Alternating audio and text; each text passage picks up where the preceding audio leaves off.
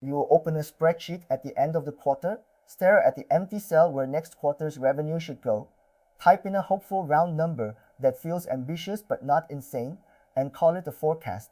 I have done exactly that too often. But a real forecast is not a wish dressed up in a spreadsheet. It is a structured estimate built from your own history, carrying a range and assumptions you can actually defend. Today, I want to talk about how to build an honest revenue forecast for a small business and how to hold it loosely once you have. I am not a financial analyst and certainly not a forecaster by trade. I am someone who runs small businesses and spent years pulling next year's number out of the ceiling because that was the only method anyone ever showed me.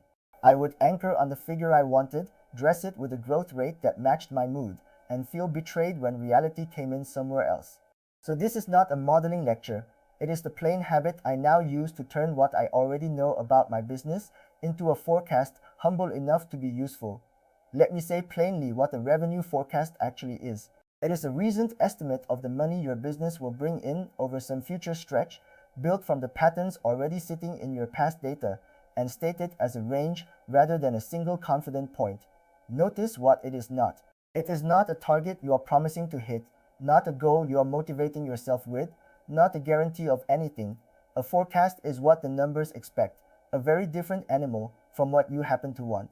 The simplest, honest forecast you can build is the run rate, and for a lot of small businesses, it is enough to start. Take a recent stretch of revenue that felt fairly normal, say the last 3 steady months, average them into a typical month, and project that flat across the months ahead. If those months brought in $4,000, $5,000, and $4,500, your run rate is around $4,500 a month, and your first forecast is that number repeating. Treat every figure here as illustration, not a benchmark to copy. Projecting flat feels almost lazy, and that is exactly why it is a good default. Most solo businesses are not gliding along a smooth compounding curve, they are bumping around a level that drifts slowly, and a flat run rate respects that instead of inventing momentum that is not there. Start flat, then adjust deliberately for things you actually have reason to believe, a price change you are making, a season you know is coming. A defensible baseline beats an exciting curve you pulled from thin air. There are broadly two ways to build a forecast, and they pull in opposite directions. The top-down way looks at your total revenue line, sees a trend, and extends it forward. The bottom-up way forecasts the handful of drivers underneath the total, then multiplies them back together. Top-down is faster, but bottom-up actually teaches you something, because it forces you to say out loud which lever you expect to move. When the two disagree, that is a gift, and it usually means one assumption needs a harder look. Here is the heart of the bottom-up method. Your revenue is almost always a small multiplication of a few plain numbers. A shop might be visitors, times the share who buy, times the average order value. A subscription might be customers, times the price they pay each month. Forecast each driver from its own history, one at a time, then multiply them to get revenue. The beauty is that every guess becomes visible. If you inflate your conversion rate, you can see exactly where the optimism entered. Now, growth, because a flat line is rarely the whole story. The safe way to add a trend is to measure your own recent growth rate, month over month, or better yet, year over year, and use that actual figure rather than the one you are hoping for. If your revenue has genuinely climbed around 5% a month lately, you can lean on that gently, but decay it as you look further out, because no small business grows at the same clip forever.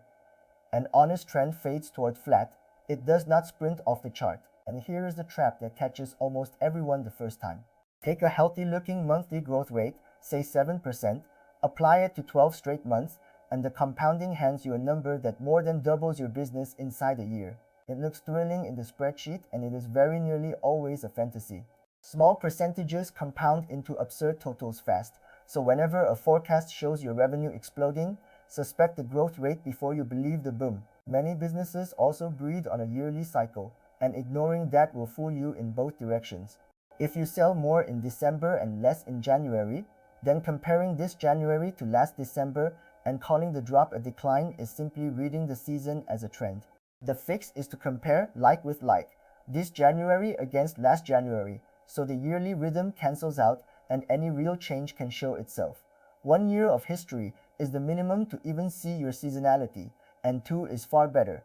If any of your revenue recurs, forecast it separately from the one-off sales because the two behave nothing alike. Subscription revenue is wonderfully predictable. You start with the customers you already have, subtract the ones you expect to churn, and add the new ones you can reasonably win. That retained base is the closest thing to a solid floor a small business ever gets. One-off sales start from zero every month and swing hard, so lumping them in just contaminates the calm part with the noisy part. If you take only one habit from this, take this one. Always forecast a range, never a single point. Build a low case, an expected case, and a high case, side by side, because reality does not land on your favorite number, it lands somewhere inside a spread. A single figure is wrong the instant you type it. And worse, it hides how uncertain you actually are. A range lets you plan for the quiet month without betting the business on the good one arriving. Where does the width of that range come from? It comes from your own past variability, not from a feeling. If your monthly revenue has been swinging wildly, with big peaks and dead troughs, your future is genuinely uncertain, and your range has to be wide to be honest. If your revenue has been calm and steady month after month, you have earned a tighter range. This is exactly why the spread of your data matters, the same standard deviation and fat tails I have talked about before. Every forecast should be anchored to assumptions you have actually written down. In plain words, right next to the numbers. What price are you assuming? What churn rate? What conversion? How many new customers a month? A forecast without its assumptions is just a number floating in space. Impossible to argue with and impossible to fix. A forecast with its assumptions is a little model, and when one breaks, you know exactly which cell to change instead of starting over. A forecast you never check is worthless, so the most important step comes after the month is over. Put your forecast and your actual result side by side and measure the gap. Do that a few months running and the pattern will jump out, very often the same one, that you run consistently optimistic. Once you know your own bias, you can correct for it, and your forecasts get quietly better because you got honest about your track record rather than smarter about the future. One specific mistake is worth calling out because it is so tempting. Do not build your forecast on your best month. When you cherry the single monster stretch and assume it is the new normal, you plan your whole business on a peak that was probably a fluke.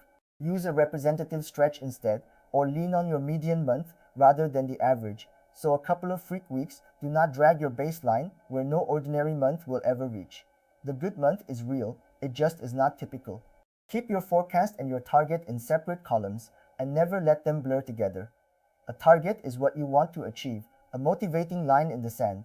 A forecast is what your data honestly expects. Wishes removed. They are allowed to be different, and usually should be. And the danger is planning your spending against the target while pretending it was a forecast. Commit real money to the number you hoped for, rather than the one you expected, and an ambitious quarter quietly turns into a cash squeeze. One honest caution, and this is a flag, not financial advice. A forecast of revenue is not a forecast of cash in the bank, because the two run on different clocks. You can book a sale in March and not be paid until May, and the business can look healthy on its revenue line while running tight on the money it can actually spend. So if you are forecasting to know whether you can make a big purchase, account for when customers really pay, not just when the sale is recorded. Be honest, too, about how far out you can really see. A forecast a month or two ahead can be reasonably tight, because next month looks a lot like this one. A forecast a full year out is a wide, soft guess, and pretending otherwise just sets you up to feel betrayed later. Match your confidence to your horizon. Keep the near months detailed and the far months deliberately loose, and make it a rolling forecast you revisit every month rather than an annual plan you build once and never open again. Every one of these explainers lives in writing at Data Research Analysis Collection.